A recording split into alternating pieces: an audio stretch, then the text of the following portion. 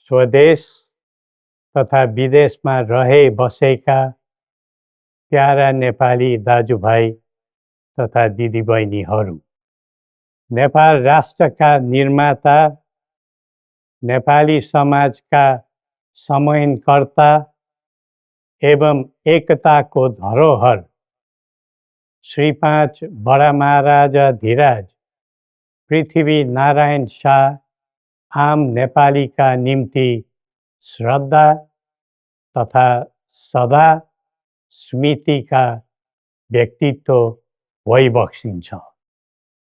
मौसुफको 304औं जन्म जयन्ती तथा राष्ट्रिय एकता दिवसका उपलक्ष्यमा हामी उहाँलाई नमन गर्दै श्रद्धा सुमन अर्पण गर्दछौँ।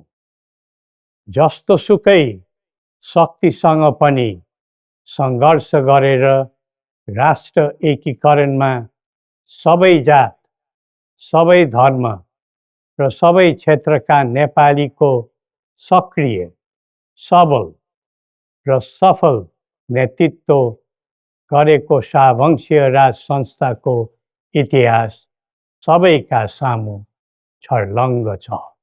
नेपाली जनताको खुसी र समृद्धिलाई नै आफ्नो रुचि ठान्ने शाहवंशीय परम्परा रहँदै आएको छ। बडा महाराज धीराजको मार्ग निर्देशनको परिधिमा रही हामीले नेपाली जनको एकता र वृद्धिमा जोड दिँदै आएका थियौँ र छौँ। तर कालान्तरमा कतैबाट उत्पन्न अवाञ्छित भ्रमको चपेटामा देश पर्यो।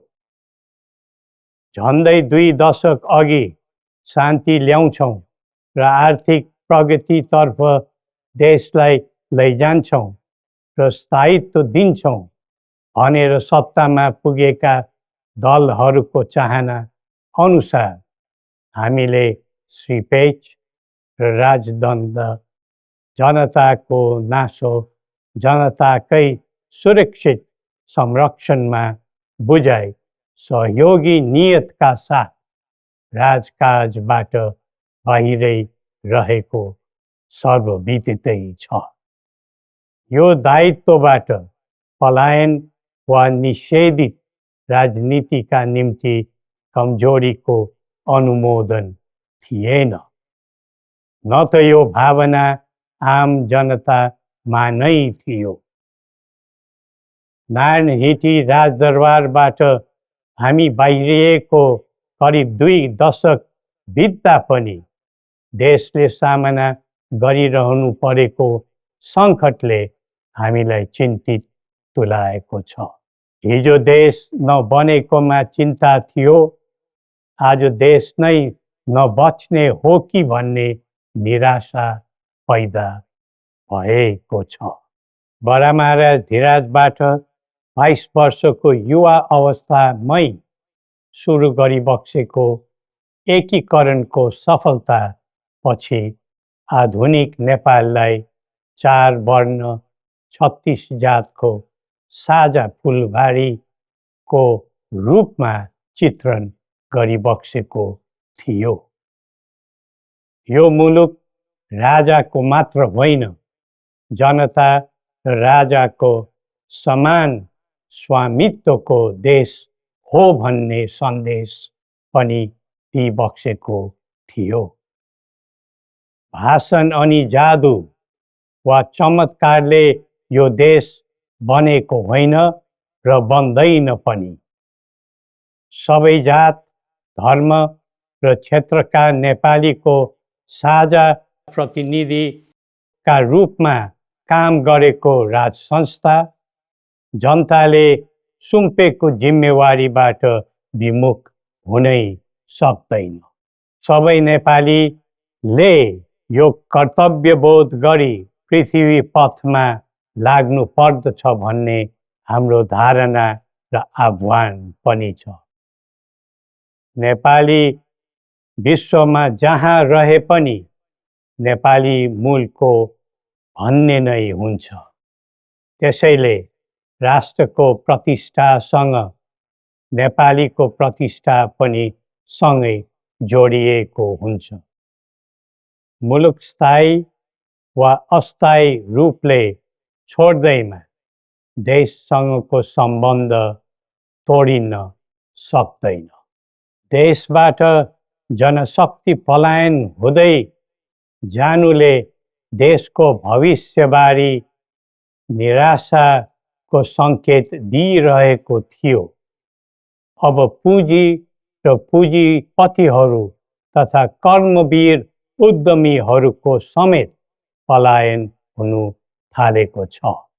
यो क्रमलाई तत्काल निरुत्साहित र नियन्त्रण गर्न सकिएन भने मुलुक असफलताको सङ्घारमा पुग्न सक्ने सम्भावनालाई लिएर हामी आहत भएका छौँ।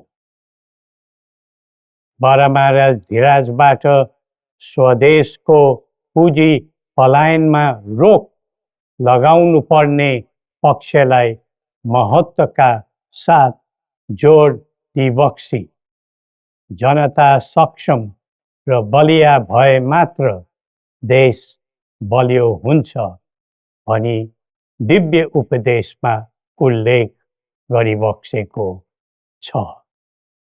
जब जब युवा पुस्ताको भावना, चाहना, आवश्यकताको सम्बोधन गरिँदैन तब तब असन्तोष पैदा हुन्छ, जसले विद्रोहको रूप पनि लिन सक्छ भन्ने सत्य नेतृत्वले हृदयङ्गम गर्नै पर्दछ। नेतृत्वले पटक पटक युवालाई प्रयोग मात्र गर्ने तर उनीहरूको आवश्यकता बुझेर काम नगर्ने प्रवृत्तिले युवामा असन्तोष जन्मेर देशमा जनधनको हानि भयो। जसरी भविष्यका कर्णधारहरूको ज्यान गयो त्यसले सबैलाई स्तब्ध बनाएको छ। युवाहरूमा भ्रष्टाचारप्रति असहिष्णुता र आइटी प्रतिस्पर्धामा अग्रताको जोश देखिनु उज्जवल भविष्यको सङ्केत हुन्। तर उन्नतिको गन्तव्यमा राजनीति चुक्यो भने अल्छीको सपना मात्र बन्न जान्छ। स्वचालित व्यक्तिले राष्ट्रको हित खोज्दै जान्छ, परिचालित व्यक्तिले अर्काको मित खोज्दै हिँड्छ। राष्ट्रिय सहमति बिना निकास खोज्नु समय खेर फाल्नु मात्र हो। समुन्नतिको यात्रामा सबै मिलेर अघि बढौँ। नेपालको संवेदनशील अवस्था र बदलिँदो भू-राजनीतिक परिस्थितिलाई बुझ्न नसक्दा हामी मित्र राष्ट्रहरूको विश्वास र भरोसा गुमाउने अवस्थामा पुगेका छौँ। असन्तुलित बन्दै गइरहेको परराष्ट्र नीति र व्यवहारले राष्ट्रिय हितमा गम्भीर असर पुगिरहेको समयमा दिव्य उपदेश र बौद्धिक दृष्टिकोणहरूको महत्त्व अझ बढ्दै गएको छ। कतिपय देशले स्वार्थको लागि कुनै न कुनै सुरक्षा कवच खोज्दैछन्। हाम्रो देशको सही छहारी शान्तिको कवच हुनै पर्दछ। नेपाल निर्माणमा मार्गदर्शी र सेनापति बरामहाराजा धीराजको विरासत र वंशका प्रतिनिधिका रूपमा मेरो भूमिका स्पष्ट रहेको छ। पृथ्वी पथले वकालत गरेको राष्ट्रिय स्वतन्त्रता सबै तहका भ्रष्टाचारलाई दण्डनीय अपराध मान्ने र कसैप्रति घाहा नराख्ने शान्ति क्षेत्र नेपाल नै हाम्रा अभिष्ट र माग चित्र हुन्। जनताको चाहनाबाट कझै निर्धारित हुनुपर्ने परिकल्पना पृथ्वी पथका मौलिक आकांक्षा हुन्। अन्तमा जनता र राजाले एकीकरण गरेर निर्माण गरेको नेपाल राष्ट्रको समग्र हितलाई आत्मसात गर्दै सबल राष्ट्र बनाउने महान कार्यमा सबैलाई जुटाउँ र नेपाललाई फेरि उठाउँ। श्री गोरखनाथले हामी सबैलाई सत् बुद्धि दिउन्। जय नेपाल।